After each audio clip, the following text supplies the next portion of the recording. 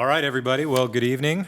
Welcome to our regularly scheduled Zoning Advisory Commission meeting. It is March 6th, 2024. It's sunny and nice outside for a little while, so we'll try to go as fast as we can.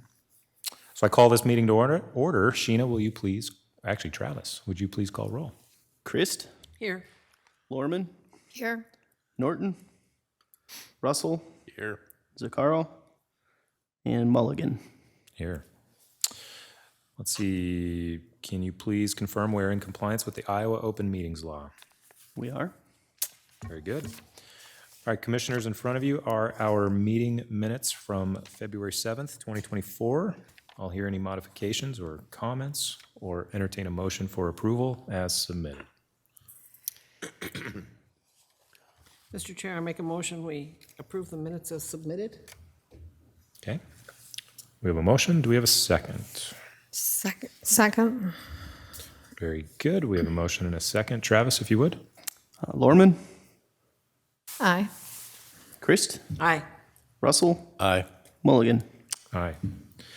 Okay, the minutes from February 7th are approved as submitted. Thank you. So this evening we have two items on our agenda, an action item and a public hearing. We're going to start with action item number 1, which is a simple subdivision at 410 and 414 Raymond Street. Is our applicant here this evening? Very good. Come on up to the podium. We'll ask you to state your name, your address, and what it is you're looking for from the commission. Okay, thank you. I'm John Peckosh. I live at 414 Raymond Place, which is the smaller of the two houses in question. And we're here regarding the request to subdivide or replat, whatever the terminology is, the driveway between the two houses. You can see the yellow square on your computerized picture there.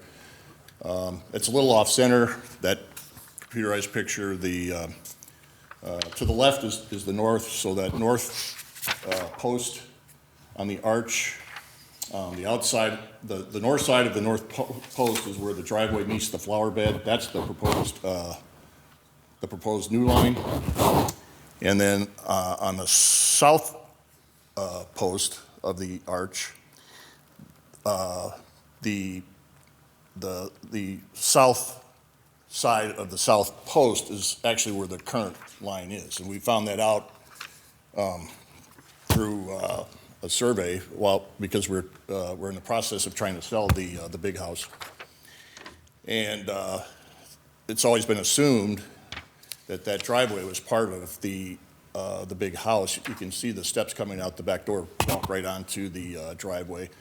And that house has always used that carport or that driveway. It's never been assumed to be part of the small house until we found that out. And of course, in trying to, we finally found some buyers, but they assumed and we assumed as well that driveway goes with the house. And of course, we're not going to be able to sell the house if that driveway doesn't go with it. There's some, we had, Beeson was here this week, and they did put stakes in. So they have put stakes in for the property lines at both houses, both the proposed and the actual current line. It's not going to affect anything. It's not changing anything. It's the way it's always been. The tenants, before I moved into the small house, it was a rental, and I rented it from my parents. And before that, they had tenants. The tenants always parked in the street. The driveway was not part of their access. It was always part of the big house. And I understand there's a 50-foot rule, but in effect, the small houses never really had 50 feet. It's always had less than 50 feet because that driveway was always part of the big house, or assumed to be part of the big house. And so for at least the last 30 years, if not more, it's been assumed that driveway was part of that house. And so that's why we want to get it moved over so we can get the house sold. We finally found a buyer after a year and a lot of gnashing with the interest rates and all that sort of thing. I understand from the realtors that there are a number of residential lots in Dubuque that are less than 50 feet.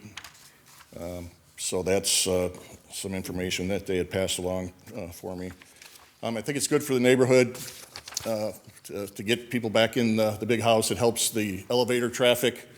People like to come up and take pictures of the house as well as the elevator, and so that'll help tourism and help the neighborhood.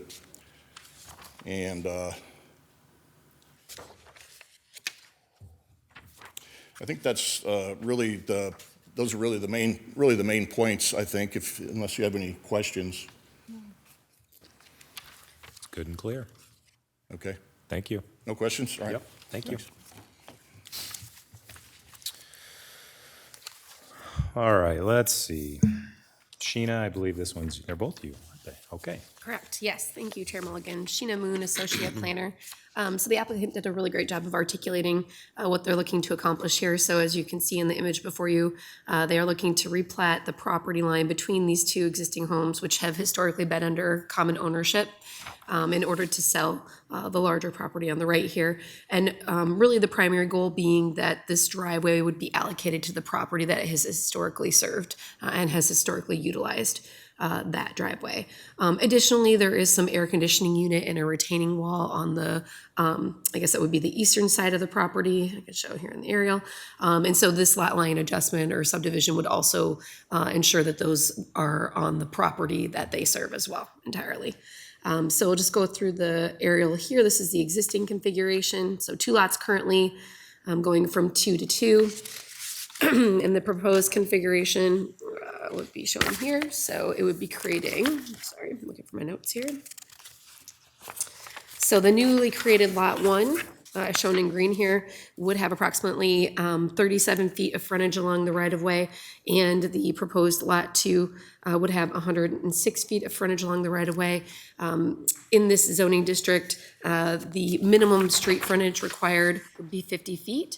And because Lot 1 does not meet that minimum 50 feet, it does require a waiver of that street frontage requirement. Thus, the reason it is before the commission this evening.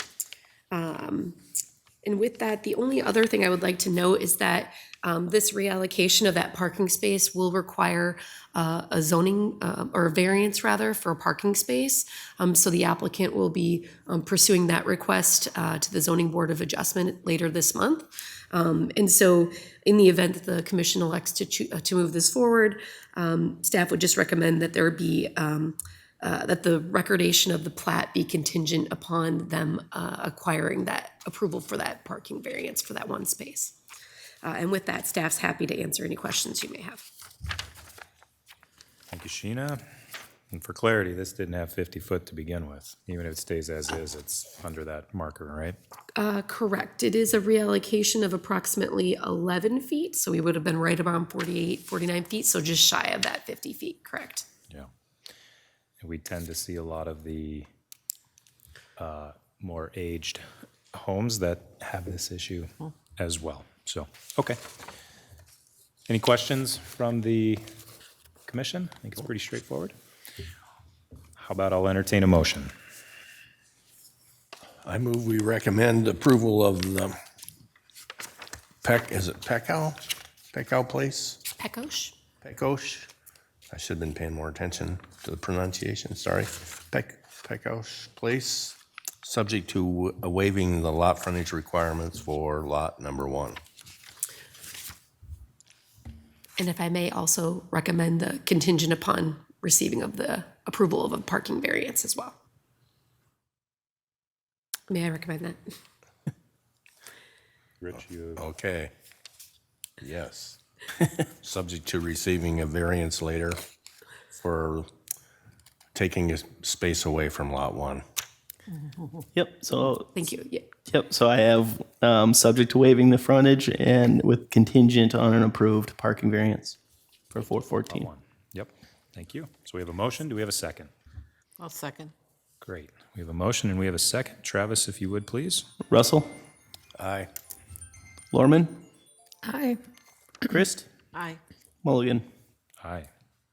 Very good. That motion passes, and it will, does that go to city council? Yes, it does. That will go to city council on Monday, March 18th. Very good. Apologize for the interruption. John, thank you. Thank you. Have a great night. All right, very good. We'll move on to our next item, public hearing. Item number 1, traditional rezoning of 35 Locust Street. Is our applicant here this evening? Very good. State your name, your address, and what it is you're after from the commission. All right. My name is Josh Jansen. My address is 11368 Rock Grove Court, Dubuque, Iowa, 52001.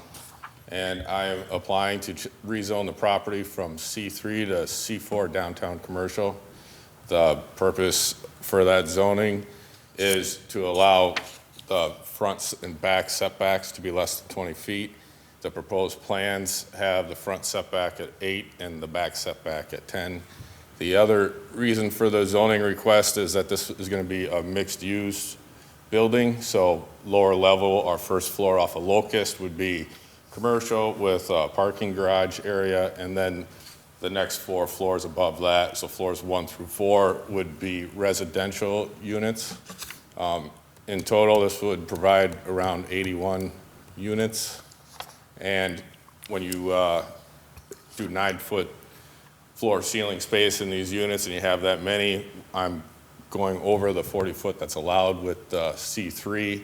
And then by the time you have the staircase access to the roof deck, it'll be, more like 55. So the plan or the proposed plans, and I've already talked to an architect that I wanted for the project, is to kind of pay homage to Historic Dubuque. So the architect is Mike Stickley from Stickley Morton Architects. And he's been heavily involved in the downtown Millwork District as well as the Roshek building. So the goal is kind of to marry this development project with Historic Dubuque and also kind of bring in a little bit of a modern feel to it as well. So it's going to be a brick facade on the northeast and south sides, and then it's going to have a courtyard off of the west side to soften that impact to the residential community in the area.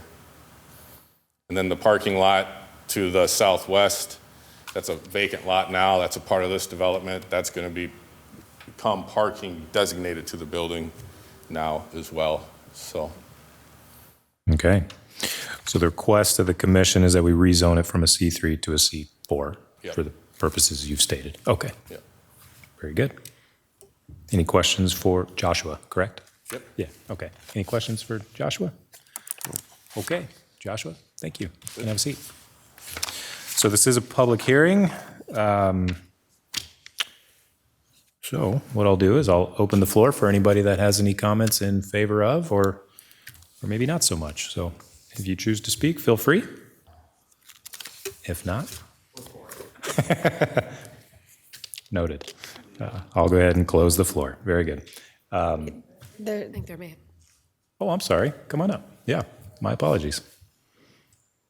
Isn't really a comment for or against it.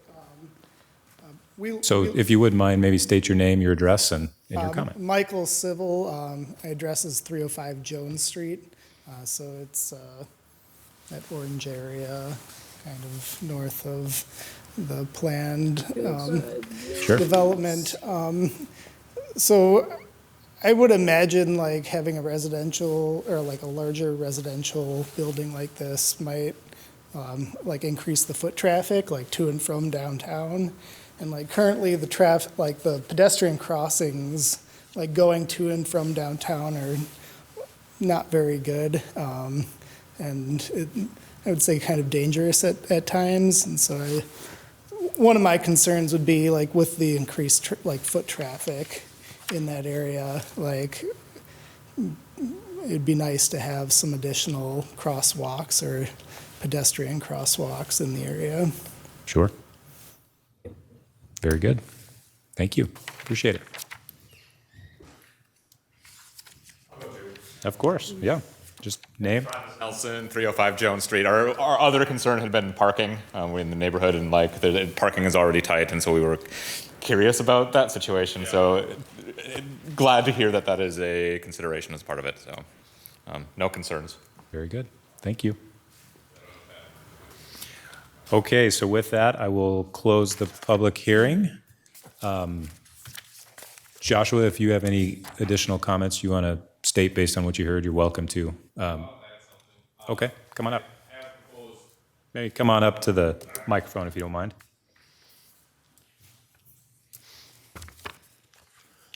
I appreciate their concerns because I'm all for making the community better. One of the things that I did bring up as well and suggested was that Locust Street in that portion of it. I know this kind of doesn't really pertain to this, but if that would become a one-way street, that would double the capacity of parking in the area as well. Because you'd only have the one lane of traffic, and then you could angle your parking stalls. Oh, I got you. Just basically from just that front part. Just the Locust Street right there, because it's already one way once you get around the corner, going back to Bluff. So if that was one way, once you got down kind of past where you guys are at, because that would still be two-way to there is what I was proposing. If you go to one way from that point, then you can double off-street parking, and then the traffic has to loop all the way around and then go back out on Bluff would be the path. So, And that would kind of help control it more, and also, because I know that there's some parking concerns when there's events at that bar and stuff I've heard as well for the neighborhood, so it was also like, well, that would help alleviate that from that standpoint as well, because you want to have everybody crammed in that one spot. But that's just, bigger picture, so.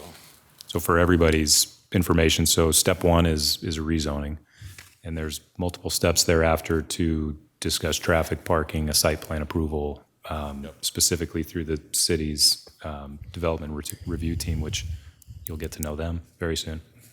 Yeah, we had a DRT meeting already as well. good. So, Okay. Yep. That's really good involvement. Plus, building the team of architect and engineers and a landscape architect and everything is all within the scope that's happening.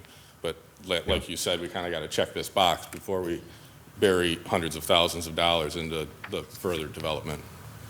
Don't bury them. Very good. Okay. Thank you, Joshua. Mr. Chair, I do have one quick question. Yeah. Josh, could you give us an approximation of how many parking spaces you're providing So- under the building and with the additional lot? Parking spaces within the building as it stands and the acquisitions that are in place is 48. And then the lot to the south, that's part of the acquisition. So it's that, kind of that, reverse L-shaped one right to the right, right there. So that's part of it as well. That's got 17 spaces. And then the parking on the southwest portion, which is also part of the acquisition, that bigger square to the left, right there, that area, that's going to bring in another, high 40s. So you are talking, we're hitting 120 or so parking spots. All right, thanks. Yep. Very good. Sheena, if you would. Thank you. Sheena Moon, Associate Planner. So the applicant is requesting this evening a rezoning from C3 General Commercial to C4 Downtown Commercial. One of the other primary reasons for this request is the density that could be allowed as far as number of units. The applicant has described a residential project, mixed use actually, so residential on the upper levels, and commercial on the lower levels. I want to note, though, that despite the plans, this rezoning would allow any of the uses in the C4 district. So in the event that, let's say, that project does not move forward for any reason, or in the event that it needs to be changed or molded or whatnot, I want to just be clear that the rezoning would allow for those other uses. So I'm just going to pull up just a little side-by-side chart. There's a lot of highlighted things on here. Just tried to show here the C3 on the left side as a total of 58 uses allowed in that zoning district, and the C4 has a total of 56. So similar as far as the number of quantity, and then all the uses that you're seeing highlighted here are the ones that overlap with each other.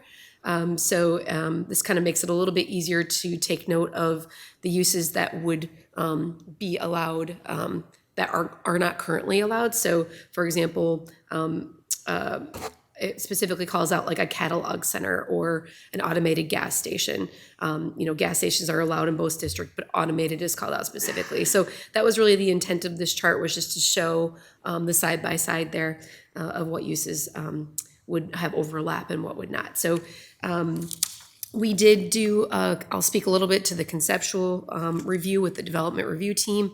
As with any project, Chair Mulligan mentioned that there is a, multiple steps to this type of a development, one being the rezoning in order to even allow for this type of a development. And then the following up steps would be primarily the site plan review, as well as any building permitting that would be required through the Inspection and Construction Services Division. With the city. So we're really very much at step one. We have, though, gone through a couple of conceptual reviews with the applicant, specifically looking at the project that was outlined here this evening. So city staff is in conversations actively with the applicant. I know there was mention of the street closure. Those are certainly things that we need, or one-way street rather, not a street closure, but a one-way perhaps on Locust. Those are certainly things that we need to dig into. We need to work with our fellow members of our development review team, which would include our engineering and water departments, public works, as well as fire and inspection and construction services. So there's various people that would be part of that discussion to ensure that anything that gets developed on this property would meet all the required city code regulations.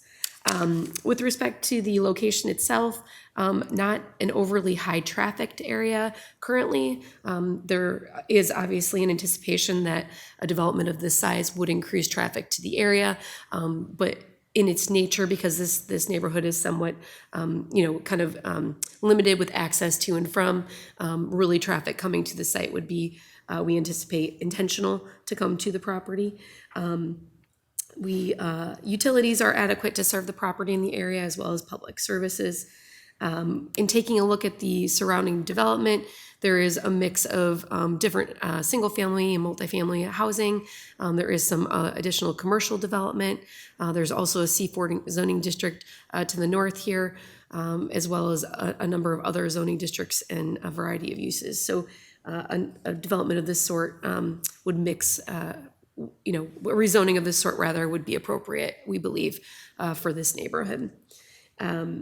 We have not currently received any public input for this project, either for or against. So that is worth noting for the commission. Just double checking my notes here. And I believe that is all I have for the commission this evening, but I'm happy to answer any questions that you may have. Thank you. Thank you, Sheena. Any questions? Sheena, what is a catalog center? That is a great question. I could consult with the definitions section of the code. I believe we could do that. There are, as you've noted, there are some interesting uses that have carried over from, past codes and previous use, or, past codes. So, yeah, I apologize for not being able to answer that one off the top of my head. I'll do my homework for next Okay. month. All right, very good. So the request is to rezone 35 Locust Street from C3 to C4. If there's no comments from the commission, I'll entertain a motion. I'll make a motion to rezone the property from C3 to C4. Very good. Second. We have a motion and we have a second. Travis? Russell? Aye. Christ? Aye. Foreman? Aye. Mulligan? Aye. All right, that motion passes. Thank you, everybody. Thank you, Joshua. That will go before City Council on March 18th. Okay, very good. Let's see, we'll move on here and put a bow on this. Any items this evening from the public? Great. Any items from the commission this evening? Very good. We do have a meeting next week. Is that right? That's correct. We have a special meeting on the 13th. It will be at 6 p.m. and it will be here in the chambers. Okay, sounds good. Any items from staff? Just appreciate your flexibility on that. Yeah, I was going to say that as well. We just appreciate everyone being willing to gather for that meeting. So thank you. Okay. That's all. All right, entertain a motion for adjournment. So moved. So moved, seconded. All in favor? All in favor, aye. Aye. Thank you. Meeting adjourned. Thank you all. Thank you.